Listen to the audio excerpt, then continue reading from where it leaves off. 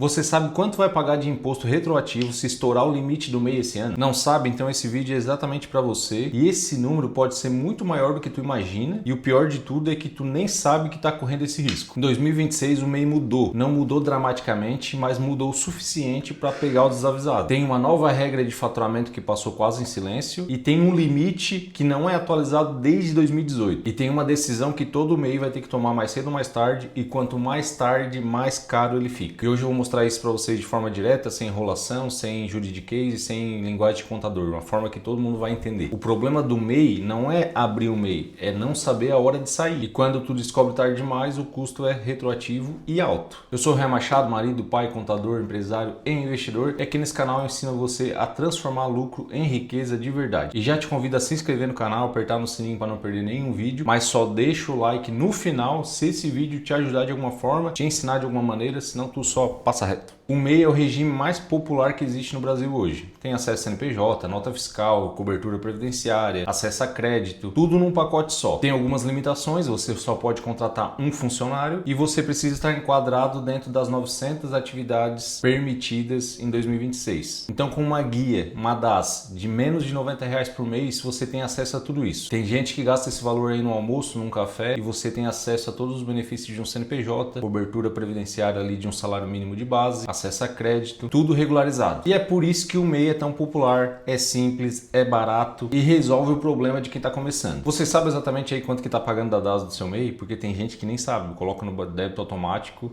e não faz ideia de quanto está pagando. Isso já é um erro porque mostra a tua desgovernança financeira. Mas o MEI ele tem um problema que vem desde 2018, é o limite de faturamento.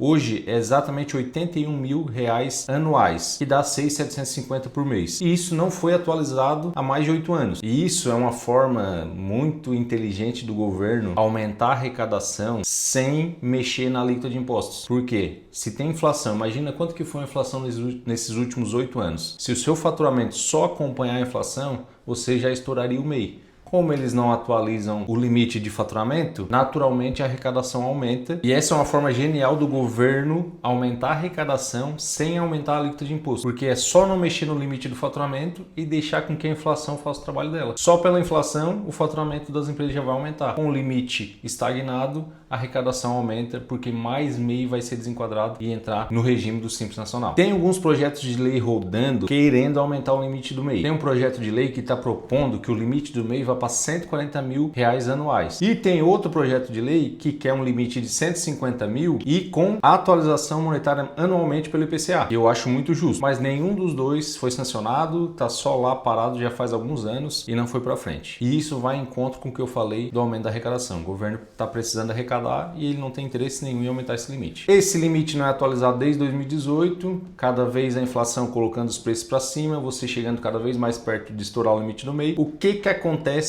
com você e com a sua empresa se tu estourar o limite no MEI? No cenário 1, a gente tem uma opção de faturar até 20% do limite. Por exemplo, R$81 mil mensais mais 20% dá ali na casa dos 97 mil. Se tu faturar até 97 mil, tu vai pagar um adicional de proporcionalidade que vai chegar aí na casa de uns 400 e poucos reais. E no próximo ano tu inicia como uma microempresa no Simples Nacional ou outro regime, mas vamos para o Simples Nacional que é o caminho natural das coisas. Então, para ficar melhor, em 2025 você faturou 97 mil. Na declaração desse ano, referente ao faturamento de 2025, você vai pagar um adicional, porque tu estourou 81 mil, mas ficou dentro do 20%. Só que em janeiro de 26 tu passa para Simples Nacional, uma empresa ME, com contrato social, tudo certinho. Dói, porque vai aumentar a tua carga tributária. Dentro do Simples Nacional a gente começa com a alíquota de 4%, 6%, pode chegar a 14%, enquanto lá no meio tu pagava R$90 por mês. Mas aqui é administrável, tu começa a pagar em dia a partir de janeiro do próximo ano. Temos um segundo cenário, cenário 2, que é onde tu ultrapassa esse 20% dentro do ano. Vamos supor que em 2025, ao invés de 81 mil, que é o limite, e ao invés de 97 mil, que é a margem dos 20%, você faturou 110 mil. Aqui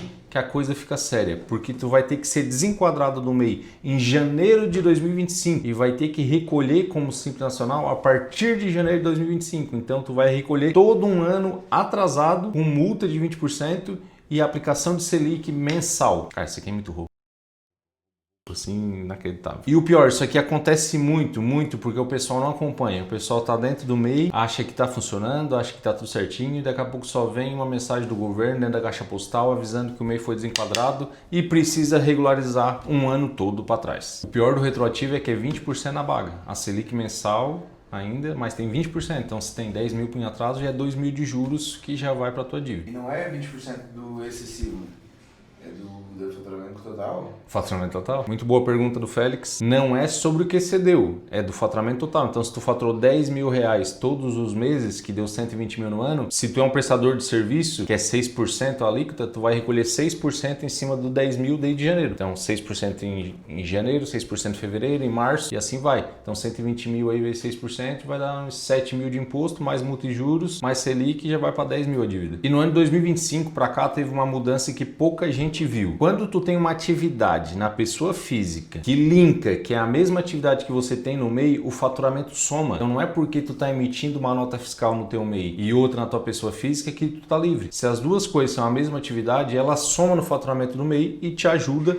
a estourar o limite. Então você tem a barbearia, você controla ali para não estourar o limite do MEI. Vou passar uns 5 mil no MEI e vou passar uns 5 mil na minha pessoa física. Ferrou? Tá somando os dois, vai estourar o limite e tu vai ter que recolher retroativo um ano inteiro. Então se você tem MEI e recebe na pessoa física valores referentes à mesma área que tu atua, fica ligado, vai revisar, porque falar que não sabe não serve para a Receita Federal, vai te cobrar de qualquer forma. Então a pergunta que fica é, vale a pena ser MEI em 2026? Se tu não tem uma prospecção de estourar esses 81 mil ou 97 mil dentro do ano que tu começou, vale a pena ser MEI. É barato, começa regular, tem acesso a crédito, conta bancária, nota fiscal, tudo certinho. Mas se tu iniciou um projeto onde tu vai investir forte e a probabilidade de tu já estourar esse 97 mil dentro do ano é grande, já vale a pena começar na empresa do Simples Nacional. Porque quando tu investe, tu vai ter que contratar mais gente, no meio tu só pode contratar uma pessoa, se tu tiver que contratar duas até o final do ano, tu já migra e já vai pro Simples, e aí tu já vai estar regular e não tem o risco de ficar pagando coisa retroativa com multa e juros. A grande armadilha do MEI aqui não é o regime em si, é o empresário que fica mais tempo do que deveria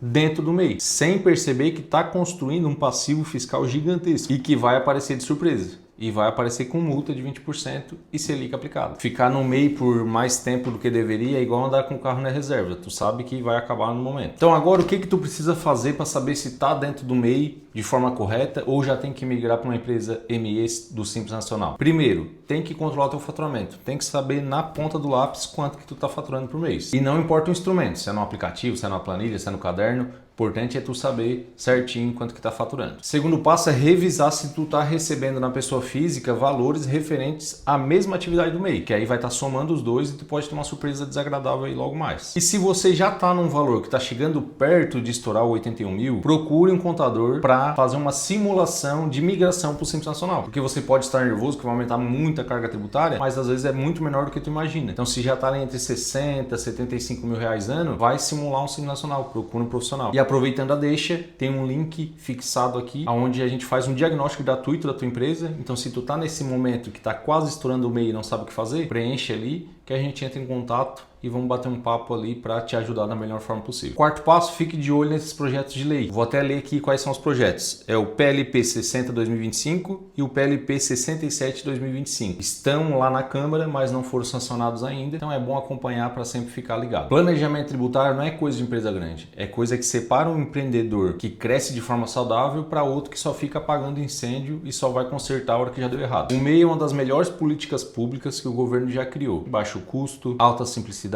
proteção previdenciária, mas como qualquer ferramenta tem um momento certo de usar e o momento certo de sair. O empreendedor que usa o MEI na hora certa e planeja o crescimento e o desenquadramento do MEI, cresce sem susto, sem multa e sem imposto retroativo. E o que fica além do tempo porque está funcionando e acha que não vai dar nada, descobre da pior maneira que estava no lugar errado. Então a pergunta não é se vale a pena ser MEI em 2026, a pergunta é se vale a pena para mim ainda estar no MEI, agora nesse momento com o faturamento que eu tenho hoje. Então galera, se gostou desse vídeo, curte, comenta, compartilha. Lá no começo eu falei para deixar o like só no final se te ajudar, então se você chegou até aqui é porque te ajudou, deixa o like aqui para mais pessoas verem esse conteúdo e a gente se desenvolver melhor como empresário.